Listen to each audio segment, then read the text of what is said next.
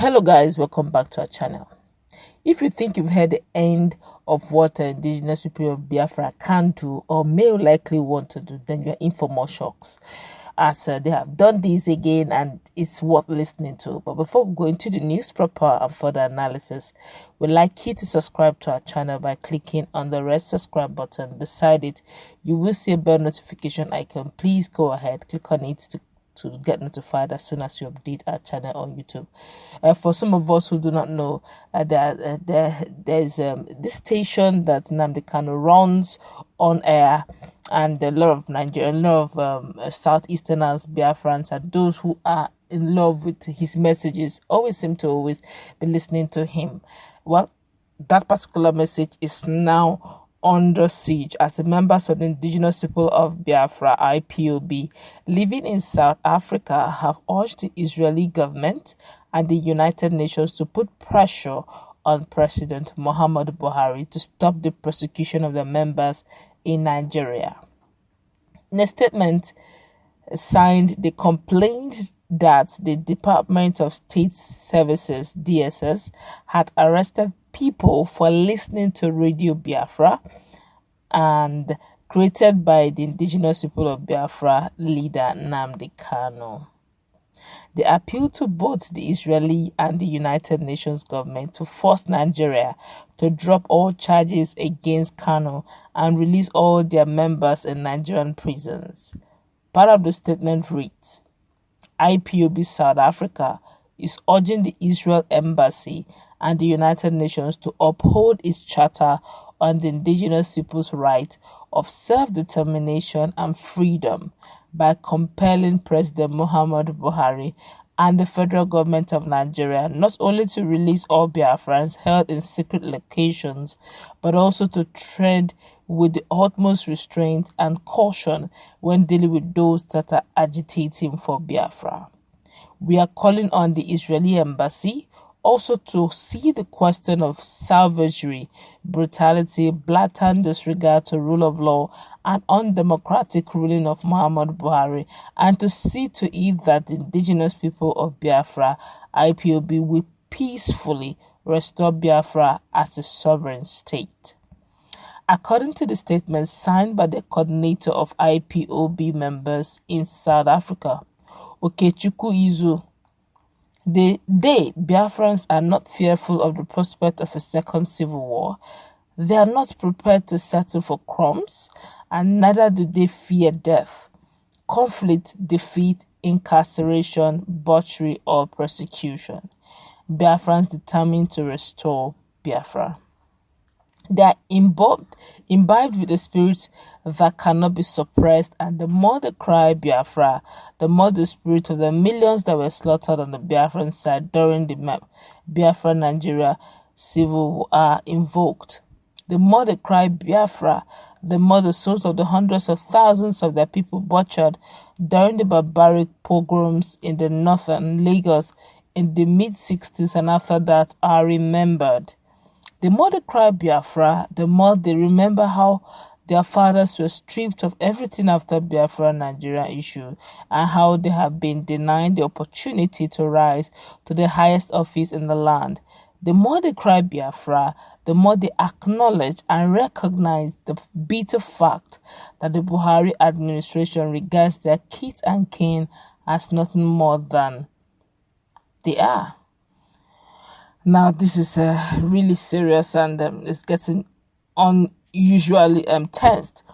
And don't forget that for for persons who have been listening to Nnamdi Kanu, he is one person that is he doesn't should I say sieve words as it comes to says it, and most persons have not been finding his messages very should I call it interesting, okay, smooth, because of some use of words, use of languages he uses during his broadcast. Well, as it is right now, it's not nice, or rather it's not common to listen to that particular station openly in a country, because it's seen, in a nutshell, in summary, they see that station as a station being organized by terrorist group because IPOB is proscribed. For that reason, they feel that that's a terrorist leader leading a group in using that station. So hence they are now saying anyone caught listening, may go. It's not written in the law though, but then technically speaking, being that they are proscribed, it is unanimously agreed that such stations shouldn't be listened to openly. But now, the people of Biafra, especially those who have been living in South Africa, are saying, look, that they are seeking for secession, that they are seeking for self-determination, that they want to secede and become a sovereign nation, that they want to be a people of their own, does not make them a terrorist, does not mean they have committed a crime. It is within the charter of the United Nations, and since they have affiliates with Israel, they are calling on Israeli government to also look into this and uphold the charter, as they have the opinion that their sovereignty and their human right is being infringed upon. And that took them very quickly to the past, where each time they chant Biafra, they remember the past, the pains, the sorrow of what went down, and the fact that they have still not recovered yet.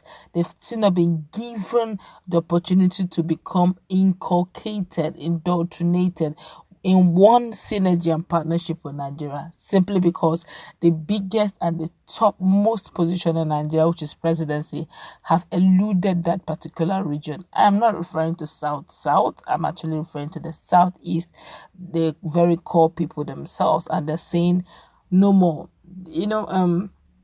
Fairly recently, some persons had actually gone to one of the social media handle of Nnamdi Kanu and told him that, look, you may not know what is going on, but there's some of the members, IPOB members, who are actually under siege. They've been locked up in places and nothing is being done. They've been languishing there for months, and for whatever reasons, Nnamdi Kanu didn't respond immediately. But I guess this is their own form of response, saying, look, we are writing not to Nigerian government, but they are writing straight to United Nations, writing straight to Israel to please uphold the UN Charter of right to self-determination, right to freedom of speech, right to freedom of expression, as said, as written in a United Nations Charter. But let's quickly feel the pulse of Nigerians over this particular news, because of course Nigerians have reacted very strongly here. Let's go online and see what Nigerians are saying. All right, this one here is saying all powers belong to USA and not Israel. I was actually looking at that issue of Israel too. Maybe Israel is a power country, but I do know that when it comes to EU, we have EU, European Union, we have the European Parliament, which just doubles that. We also have United Nations, which is also a power nation.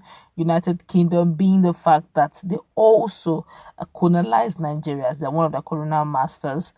You also have, basically those are the strong power nations, United Nations, that will look into this matter. But I'm just wondering, is it because there's this general saying that the Ndibos have affiliates to Israel, that they are Jews, that the lost nation? Is that why they keep on calling Israeli government? I wonder what role Israeli government will play, how very powerful Israeli government is.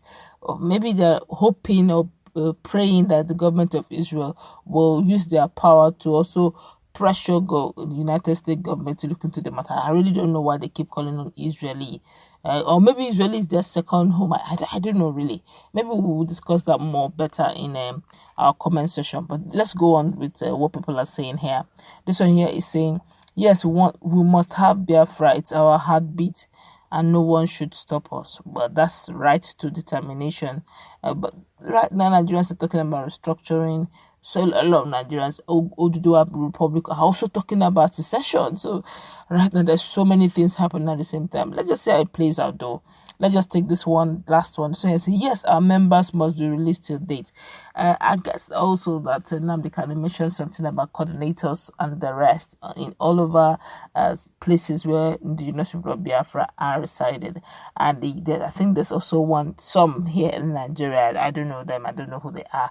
But in a nutshell, I think things should be done. I don't know how they're going to go about this, but let's see how Israeli government and, of course, the American government will respond to this plea.